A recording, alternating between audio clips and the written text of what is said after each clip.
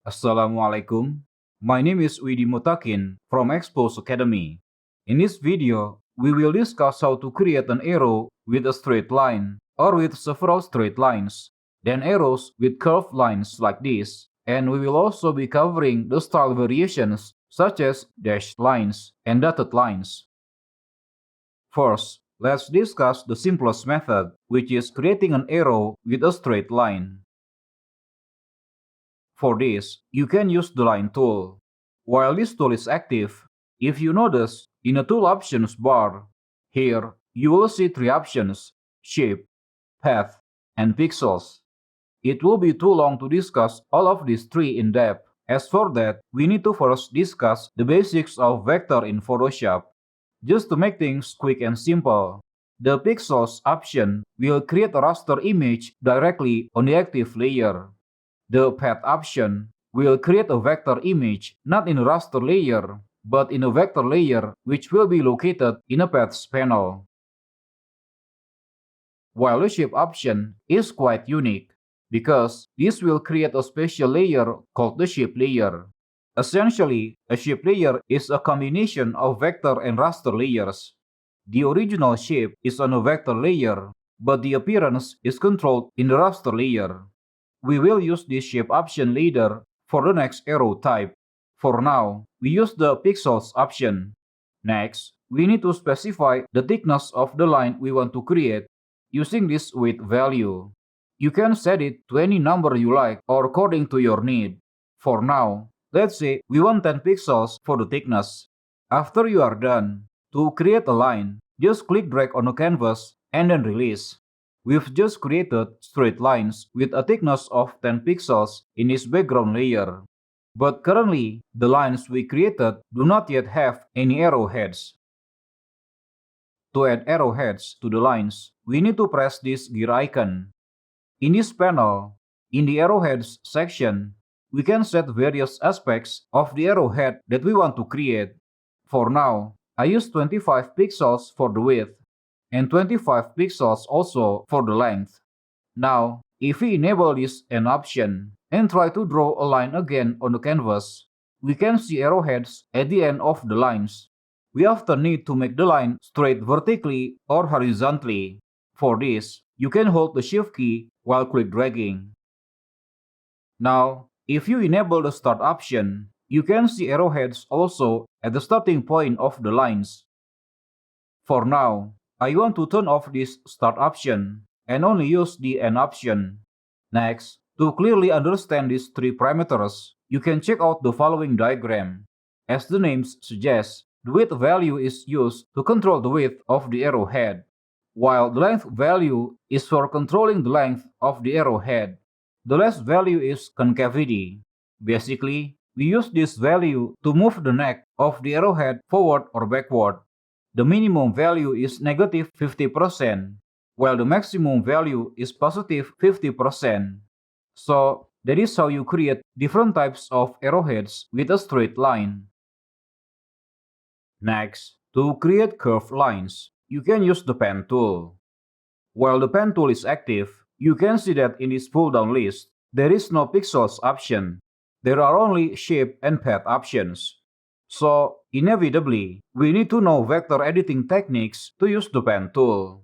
If you used vector software before, such as Adobe Illustrator, Affinity Designer, CorelDRAW, Inkscape, and so on, inshallah, you will be able to use this pen tool without any problems. Because, technically, the way we use it is similar to the other pen tools in most vector software. But if you are completely new to vector editing or to the pen tool, you may need some practice to be able to use it optimally. I do provide several online courses related to Photoshop and Adobe Illustrator if you are interested or serious about learning vector graphics. You can check our website exposeacademy.com to see the list of all the courses we provide. Alright, for now, you need to use the shape option. Then, this fill parameter is used to set the color in the center area enclosed by the lines or curves we created. For our purpose, we don't need this fill color. So just select the no color option.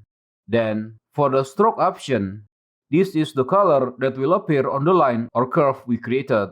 To set the color, you can pick from the colors we recently used. Or, if you want to choose a totally new color, you can click on this icon. Let's say we want to use this blue color. Then, you can set the thickness of the line here. I am setting this to 10 pixels just like the previous line.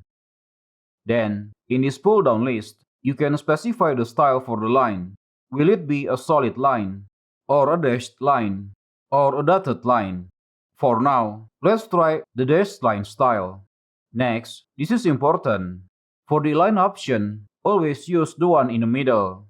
This option will make the raster line displayed exactly in the middle of the vector line. Now, one drawback of this pen tool is that if we click on this gear icon, it turns out that this tool does not support creating arrowheads. At least, that is the condition in the version of Adobe Photoshop I am currently using. So, for the arrowheads, we have to rely on other methods. For now, let's focus on drawing curved lines on the canvas. We will start with the easiest method. Click and release at this point.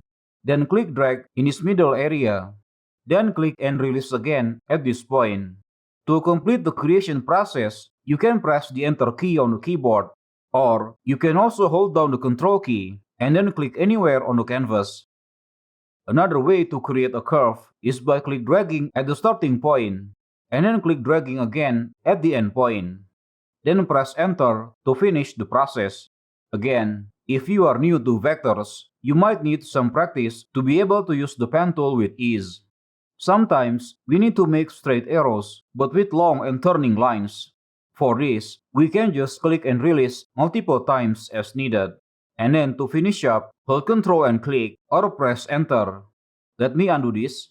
Now, if you want the lines to be oriented perfectly vertical or horizontal, you need to use the Shift key. So, after the first click release, hold down the Shift key, then keep doing click releases as many as needed. Alright, the disadvantage of using the shape method compared to the pixels method is that eventually you will end up with lots of shape layers stacking in the layers panel. But the advantage of using the shape layer method is that we can edit it or revise it again easily using the direct selection tool, which is this white arrow tool. To use it, first make sure you are on the right layer. Let's say we want to edit this curve. Since this curve is on the Shape 2 layer, we need to select that layer first.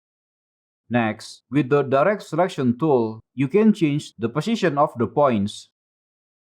You can also move the Bezier handle or these control points to control the curvature. In addition to the vector shape, you can also revise the raster appearance if you want to. For example, we can change the stroke color to orange, or say change its thickness to about 20 pixels, or perhaps change the line style to the dotted line, and so on. Alright? Now, let's discuss how we can add the arrowheads. There are at least two ways that we can do this. The quickest and easiest way is to create a new raster layer on top of the shape layer. Then, in the new layer, we can draw a line using the line tool just like before. Make sure the N option of the arrowhead is active. Now, because the line pixel technique uses the foreground color, we need to first match the foreground color to the color of the target curve. And then just make a short line at the end of the curve. It should be short enough that we can only see the arrowhead. Again, this is the easiest method and also the most frequent method that I use. The second method is to create a triangular shape object using the triangle tool. Make sure this option is set to shape. Then, for the fill color, we need to adjust it so it matches the curve's color. We can access the orange color from the color history. And for the stroke color, just use the no color option. Click drag on the canvas to create a triangle. Now, to move and rotate this triangle so it aligns with the curve, you don't want to use the direct selection tool. Instead, you want to use the Path Selection tool, which is the one that looks like a black arrow. With this tool, you can immediately select the entire shape, not the individual points. To rotate the shape, you need to bring the mouse cursor close to the points in the bounding box, but not touching them, until you see the curved arrow symbol. In this condition, you can click drag to rotate the triangle shape. You can move the whole shape by click dragging in the center area. And you can also resize it by dragging the points around the bounding box. To make sure the shape does not stretch or squash, you need to hold down the Shift key when scaling the shape. Just tweak the shape as needed. Okay guys, so those are the techniques that we can use to create different shapes of arrows and their lines in Photoshop. If you want to learn Photoshop further, or other graphic software such as Adobe Illustrator, Krita, 3ds Max, Blender, SketchUp, and so on, you can check our website at exposeacademy.com. I hope this video is useful. As always, don't forget to like and share the video. And most importantly, subscribe to this channel and click the notification bell so you don't miss future tutorial videos. Wassalamualaikum.